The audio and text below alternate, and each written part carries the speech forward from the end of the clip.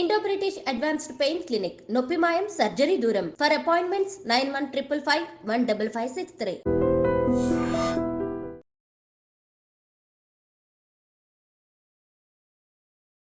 Welcome to iDream media. So జనరల్గా ఒకప్పుడు కన్నా క్యాన్సర్ బాధితుల సంఖ్య ఇప్పుడు ఎందుకు పెరిగింది? శరీరంలో క్యాన్సర్ పెరుగుతుంది అంటే ముందుగా ఎలాంటి లక్షణాలు కనిపిస్తాయి, మనం ఎలా గుర్తించవచ్చు, అత్యాధునిక ట్రీట్మెంట్స్ ఏమున్నాయి, పూర్తి స్థాయిలో క్యాన్సర్ని తగ్గించుకోవచ్చా? వివరాలు తెలుసుకుందాం. ఈరోజు మనతో పాటు ఉన్నారు ప్రముఖ radiation oncologist doctor Prashant Reddy garu. Doctor గారు నమస్తే. నమస్కారం అండి. డాక్టర్ గారు, నేను విన్నాను ఇప్పుడు మెడికవర్ హాస్పిటల్లో ఉన్నారు మీరు. సో 20 years ఆఫ్ ఎక్స్పీరియన్స్ మీది ఈ ఆంకాలజీ, రేడియేషన్ ఆంకాలజీలో. అయితే డాక్టర్ గారు, రేడియేషన్ ఆంకాలజీ అంటే అసలు ఏంటండి బ్రీఫ్గా? ముందుగా ఐడ్రీమ్ వ్యూవర్స్ అందరికీ నమస్కారం అండి, and thank you very much for giving me this opportunity. First of all, క్యాన్సర్కి ముఖ్యంగా 3 రకాల ట్రీట్మెంట్స్ ఉంటాయండి. ఒకటి ఆపరేషన్, 2 కీమోథెరపీ అంటారు, అంటే మెడిసిన్ సిస్టమిక్ థెరపీ అంటారు, 3 రేడియేషన్ థెరపీ. సో మామూలుగా ఈ క్యాన్సర్లో అట్లీస్ట్ 60 to 70% మందికి మనకి రేడియేషన్ అనేది అవసరం పడుతుంది as a part of cancer treatment అనమాట. సో ఈ రేడియేషన్ అనేది ఏంటంటే మామూలుగా మన వాడుక భాషలో మామూలుగా కరెంట్ వైద్యం అంటారు. మామూలుగా మీరు విన్నట్లయితే కరెంట్ పెట్టారు అంటారు. అది పెద్ద అపోహ అనమాట. ఆ పేరులోనే చాలా ప్రాబ్లం ఉంది. కరెంట్ అంటే ఏదో షాక్ ఇస్తామంటారు. అందరు పేషెంట్స్ చెప్తూ ఉంటారు, అసలు క్యాన్సర్ వచ్చిందని దానికన్నా ఈ ట్రీట్మెంట్కి సగం చచ్చిపోయేలాగా ఉన్నామని చెప్తూ. కరెంట్ అనేసరికి మామూలుగా సినిమాల్లో చూపిస్తారు కదండి, ఏదో మెంటల్ పేషెంట్స్కి ఇట్లా అట్లాంటి అపోహ ఉందన్నమాట. సో ఫస్ట్ ఆఫ్ ఆల్ ఏంటంటే ఉన్న ట్రీట్మెంట్స్లో లీస్ట్ సైడ్ ఎఫెక్ట్స్, చాలా సింపుల్గా అయ్యే ట్రీట్మెంట్ రేడియేషన్ ట్రీట్మెంట్. ఇంకోటి సెకండ్ అపోహ ఏంటంటే ఇదేం షాక్ కొట్టే ట్రీట్మెంట్ కాదు. ఈ ఎక్స్రే ఏదైతే ఎక్స్రే ఉంటాయో మామూలుగా అందరూ ఎప్పుడో జీవితకాలంలో ఎప్పుడో ఒకసారి ఎక్స్రే తీసుకొని ఉంటారు. మేము ఈ రేడియేషన్లో యూజ్ చేసేది ఆ ఎక్స్రే కిరణాలే, కాకపోతే హై ఎనర్జీ అనమాట. అవి మనకి కంటికి కనిపించవు, మనకేం తగిలినట్టు ఉండదు, వాసన రాదు, ఏమీ ఫీల్ కూడా కాదు. లేదండి, అబ్సల్యూట్లీ లేదు, అసలు ఫీల్ కూడా కాదు. అది ఒక ఎక్స్రే తీసుకున్నట్టే ఉంటుంది అనమాట. సో దాన్ని రేడియేషన్ ట్రీట్మెంట్ అంటాము. నేను ఇదివరకు చెప్పినట్టు 70% మందికి రేడియేషన్ ట్రీట్మెంట్ అనేది అవసరం పడుతుంది అన్నమాట. వచ్చిన క్యాన్సర్ ఏదైనా సరే అటు మందులు, రేడియేషను, కీమో ఇవన్నీ కూడా ఉంటాయా? అంటే కాంబినేషన్గా ఉంటుందా ట్రీట్మెంట్? అంటే చాలా మంచి క్వశ్చన్ అడిగారండి. ఇది యాక్చువల్గా ఏంటంటే it depends on the A type of cancer. ఎందుకంటే క్యాన్సర్ అనేది చాలా రకాలండి, బాడీలో ఎక్కడన్నా రావచ్చు క్యాన్సర్ అనేది. ప్లస్ స్టేజ్ని బట్టి మనం ట్రీట్మెంట్ అనేది డిసైడ్ చేయడం జరుగుతుంది అనమాట. కొన్ని క్యాన్సర్లకి బాగా ఎర్లీ స్టేజ్ ఉందనుకోండి, ఆపరేషన్ ఒకటి సరిపోతుంది. లేదు ఒక్కోసారి కొంచెం స్టేజ్ ఎక్కువ ఉందంటే కీమోథెరపీ, రేడియేషన్ కూడా ఇవ్వడం జరుగుతుంది. మందులు కీమో అంటే ఒకటేనా? లేదు, అది సిస్టమిక్ ట్రీట్మెంట్ అంటారు. సిస్టమిక్ ట్రీట్మెంట్ అంటే ఏంటంటే దాంట్లో కీమోథెరపీ వస్తుంది, టార్గెటెడ్ థెరపీ వస్తుంది, మరియు ఇమ్యునోథెరపీ అని కూడా ఉంది. ఈ 3 కలిపి సిస్టమిక్ థెరపీ అంటారు అనమాట. సో జస్ట్ అండర్స్టాండింగ్ ఈజీగా ఉండడానికి నేను కీమోథెరపీ అనగానే ఇట్స్ సిస్టమిక్ థెరపీ. ఓకే.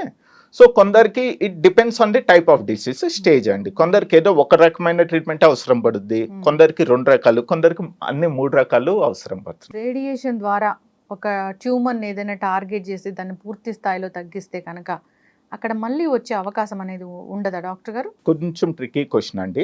యాక్చువల్గా క్యాన్సర్ అనేది ఏంటంటే ఫస్ట్ ఆఫ్ ఆల్ దశల స్టేజెస్ అంటారు అనమాట. 1, 2, 3, 4 అని.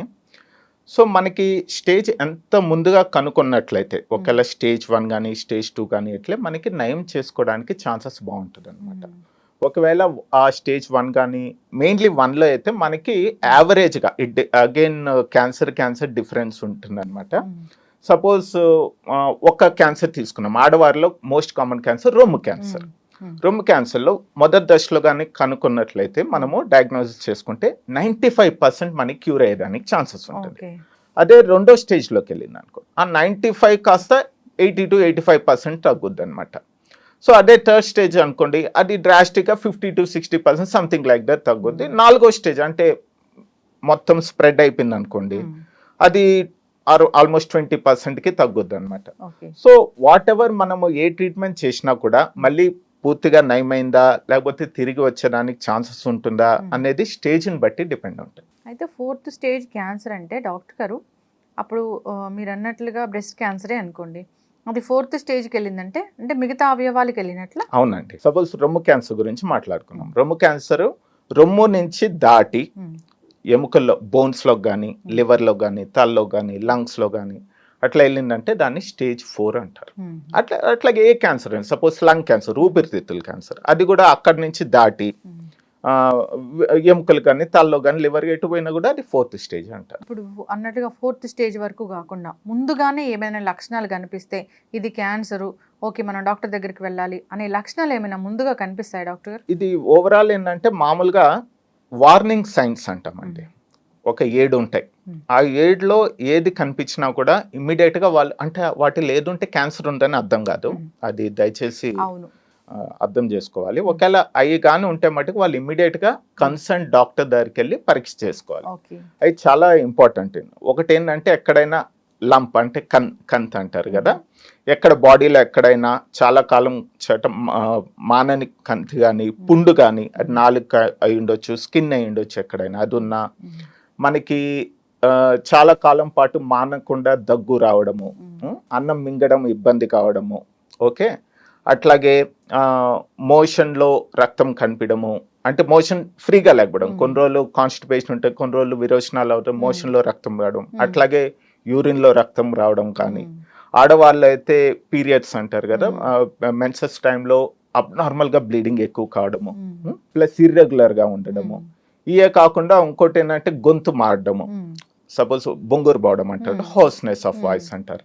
అది కాకుండా కొన్ని రకాల క్యాన్సర్ పుట్టుమచ్చల్లో కూడా వస్తాయి. సడన్ గా ఉన్న పుట్టుమచ్చ సైజ్ పెరగడము, పుండు కావడము, అట్లా అయినా కూడా అంటే ఇప్పుడు నేను ఈ వార్నింగ్ సైన్స్ అంటారు అనమాట. వీటిల్లో ఏదున్నా కూడా అంటే క్యాన్సర్ అని కాదు, వాళ్ళు కన్సర్న్ డాక్టర్ దగ్గరికి వెళ్ళి పరీక్ష చేసుకోవడం మంచిది అనమాట. సో ఎందుకు దీనివల్ల అంటే ఇది ముందుగానే మనం చెప్పినట్టు కనుక్కుంటే స్టేజ్ 1, 2లో కానీ బయటపడితేనంటే వాళ్ళకి క్యూర్ అయ్యేదానికి ఛాన్సెస్ ఉంటుంది. ఇంకోటి ఏంటంటే మనకి స్క్రీనింగ్ ప్రొసీజర్స్ అనేటివి ఉన్నాయి. అఫ్ కోర్స్ చాలా కామన్ క్యాన్సర్స్ కి మనం ఇండియాలో వెస్టర్న్ కౌంటర్ పార్ట్స్ లో వాళ్ళు అన్నిటికీ చేస్తారు మాక్సిమం, బట్ ఇండియాలో మటుకు రొమ్ము క్యాన్సర్ కి సర్వైకల్ క్యాన్సర్, ఆడవారిలో కామన్ క్యాన్సర్స్ అనమాట. రొమ్ము క్యాన్సర్, సర్వైకల్ క్యాన్సర్, గర్భసంచి ముఖద్వార క్యాన్సర్. రొమ్ము క్యాన్సర్ కి వచ్చేసరికి ప్రతి సంవత్సరం 40 సంవత్సరాలు దాటిన వాళ్ళు రెగ్యులర్ గా మ్యామోగ్రామ్ అనే ఒక ఎక్స్రే చేసుకోవాలన్నమాట. దాంట్లో ఏంటంటే ఒకవేళ మొదటి దశలోనే ఉంటే బయటపడవచ్చు. అట్లాగే గర్భసంచి ముఖద్వార క్యాన్సర్కి ఏంటంటే ప్యాప్ స్మియర్ అనేది ఉంటుంది. అది 25 సంవత్సరాలు దాటి అంటే సెక్షువల్ గా యాక్టివ్ ఉన్న మహిళలు అది 25 సంవత్సరాలు దాటాక అట్లీస్ట్ 3-4 ఇయర్స్కి ఒకసారి, అది సింపుల్ టెస్ట్ అండి, అదేమి నొప్పి ఉండే టెస్ట్ కాదు, ఏం కాదు. ఇవన్నీ ఎందుకంటే మనము ఫస్ట్ స్టేజ్ లో గుర్తించవచ్చు, లేదంటే ఒకటి ప్రీ మ్యాలిగ్నెంట్ కండిషన్ అని ఉంటుంది. ప్రీ మ్యాలిగ్నెంట్ అంటే నార్మల్ సెల్ కి క్యాన్సర్ సెల్ కి మధ్యలో ఒక స్టేజ్ ఉంటుంది, ఆ స్టేజ్ లో కూడా మనం డయాగ్నోసిస్ చేసుకోవచ్చు. సో ఇట్లా కొన్ని వార్నింగ్ సైన్స్, మెయిన్ ఇదేంటంటే అవగాహన ఉండాలి ప్రజల్లో, ఏంటంటే ఈ వార్నింగ్ సైన్స్ ప్లస్ ఈ స్క్రీనింగ్ ప్రొసీజర్స్ కొంచెం వాళ్ళకి ఐడియా ఉంటే ఏంటంటే మనం ముందుగానే గుర్తించడానికి ఛాన్సెస్. అయితే డాక్టర్ గారు ఫీవర్ వస్తే కూడా అంటే విడవకుండా ఫీవర్ వస్తుంది, అసలు కంట్రోల్ అవ్వట్లేదు ఫీవరు అన్నప్పుడు కూడా అది క్యాన్సర్ కోసం టెస్ట్ చేయించుకోవడానికి వెళ్ళాలంటే వాస్తవమేనా? ఎట్లా ఉంటుంది అంటే కొన్ని రకాల క్యాన్సర్లు అండి ఫీవర్ తో మేనిఫెస్ట్ అవుతారు, కాకపోతే అది చాలా రేర్. కామన్ గా ఫీవర్ కి కామన్ వచ్చి వైరల్ ఇన్ఫెక్షన్ అండి, తర్వాత బ్యాక్టీరియల్ ఇన్ఫెక్షన్, రకరకాల మలేరియా, టైఫాయిడ్, ఇవన్నీ కామన్ వచ్చి వైరల్ ఇన్ఫెక్షన్. కొన్ని క్యాన్సర్లలో ఎస్పెషల్లీ ఏంటంటే లుకేమియాస్ అంటారు కదా, బ్లడ్ క్యాన్సర్ ఉంటుంది కదా, బ్లడ్ క్యాన్సర్లో ప్రాబ్లం ఏంటంటే వాళ్ళ రక్త కణాలు అనేది అబ్నార్మల్ గా పెరుగుతాయి, పెరగడం వల్ల వాళ్ళ ఇమ్యూనిటీ తగ్గదు.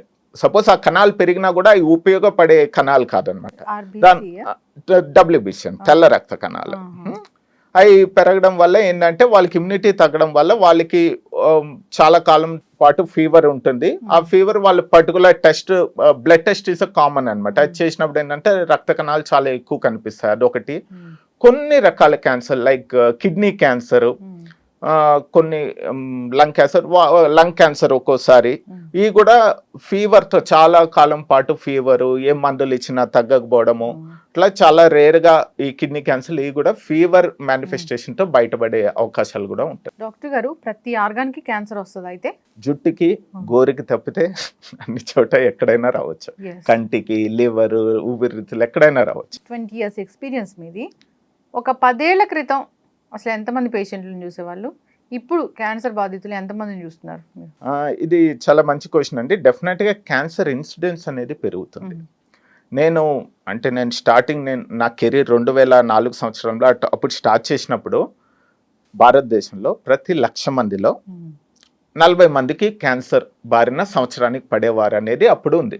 అంటే ఆల్మోస్ట్ మీరు లక్షలో 40 మందికి. అది ఇప్పుడు 100 కన్నా ఎక్కువైంది. ప్రతి 1,00,000లో 100 కన్నా ఎక్కువ మంది క్యాన్సర్ బారిన. దానికి ఏంటంటే ఒకటి ఆఫ్ కోర్స్ మన జీవన శైలి మారడం వల్ల it's life style disorder in one way. ఇంకోటి ఏంటంటే ఒక రకంగా అవగాహన కూడా పెరిగిందండి ప్రజల్లో. ఇది వరకట్లాగా దాన్ని నెగ్లెక్ట్ చేయకుండా, ఎందుకంటే బికాస్ ఆఫ్ మీడియా కానీ వరల్డ్ క్యాన్సర్ డే అనేది మనం ఫాలో అవుతాము ఫిబ్రవరి 4వ తారీఖు ప్రతి సంవత్సరం. ఇట్లా ఏంటంటే అవగాహన అనేది పెరగడం జరిగింది అనమాట. పాత రోజుల్లాగా బాగా ముదిరిపోయి రావడం కాకుండా అట్లీస్ట్ అర్బన్ పాపులేషన్లో, ఇంకా దురదృష్టవశాత్ రూరల్ పాపులేషన్ ఇంకా వాళ్ళకి అంత అవగాహన లేదు. సో దానివల్ల మనం డయాగ్నోసిస్ కూడా ఎక్కువ చేస్తున్నాం. అది ఒక రకంగా మంచిది, ఎందుకంటే ముందుగానే వస్తారు కాబట్టి నయం చేసుకోవడానికి ఛాన్సెస్ ఉంటాయి. బట్ ఓవరాల్గా డెఫినెట్గా క్యాన్సర్ ఇన్సిడెన్స్ అనేది పెరిగింది. ఈ అలవాట్లు ఉన్న వాళ్ళకి క్యాన్సర్ వచ్చే అవకాశం చాలా ఎక్కువ. అంటే ఏంటి డాక్టర్ గారు, ఏమున్నాయి ఒక 4 చెప్పండి. ఆల్మోస్ట్ ఒక 30% క్యాన్సర్లు టొబాకో రిలేటెడ్ అండి. టొబాకో ఏ రకంగా అయినా, గుట్కా కావచ్చు, స్మోకింగ్ కావచ్చు, ఎనీ ఫార్మ్ ఆఫ్ టొబాకో. అంటే 1 in 3 క్యాన్సర్స్ అనుకోండి మన ఇండియాలో నేను చెప్పేది. అది కాకుండా ఆల్కహాల్ ప్లస్ టొబాకో 2 యూజ్ చేసేవాళ్ళు. ఇంకోటి ఏంటంటే చాలా మందికి ఈ మూడోది ఏంటంటే పెద్ద అవగాహన లేదు, ఒబేసిటీ కూడా క్యాన్సర్, చాలా రకాల క్యాన్సర్లకి రిస్క్ ఫ్యాక్టర్. అది ఎందుకంటే ఆబ్వియస్లీ మన జీవన విధానం చాలా మారిపోయింది, లైఫ్ స్టైల్ చాలా చేంజ్ అయిపోయింది. మనము ఎక్సర్సైజ్ చేయడానికి టైం ఉండట్లేదు, మన ఆహారపు అలవాట్లు, మన ట్రెడిషనల్ ఫుడ్ నుంచి డివేట్ అయిపోయినాం మనం. మామూలుగా బయట జంక్ ఫుడ్ ఆబ్వియస్గా. సో దానివల్ల ఒబేసిటీ అనేది ఉంటుంది, అది కూడా ఒక కారణం అండి. ఇది కాకుండా కొన్ని రకాల viral infections, human papilloma virus అని, హెపటైటిస్ బి వైరస్ అని, ఈ వైరల్ ఇన్ఫెక్షన్స్. ఇవే కాకుండా ఏంటంటే డైట్, ఎక్కువ ఫ్రూట్స్ అండ్ వెజిటబుల్స్ తక్కువ తీసుకోవడము, ఎక్కువ ఇది నాన్ వెజిటేరియన్ అంటే ఎస్పెషల్లీ రెడ్ మీట్ అంటారు, అవి ఎక్కువ తీసుకోవడం, హై ఫ్యాటీ డైట్ ఎక్కువ తీసుకోవడము.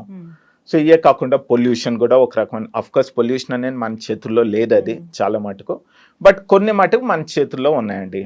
ఏమేమి ఉన్నాయో తెలుసు. స్మోకింగ్, ఆల్కహాల్ దూరంగా ఉండము, రెగ్యులర్ ఎక్సర్సైజ్ చేసుకోవడము, బాడీ మాస్ ఇండెక్స్ అనేది ఏదైతే ఉందో ఎవరి హైట్కి తగ్గట్టు వెయిట్ మెయింటైన్ చేసుకోవడము, రెగ్యులర్ ఎక్సర్సైజ్ వల్ల చాలా ఉపయోగాలు ఉంటాయి అఫ్ కోర్స్ ఇట్.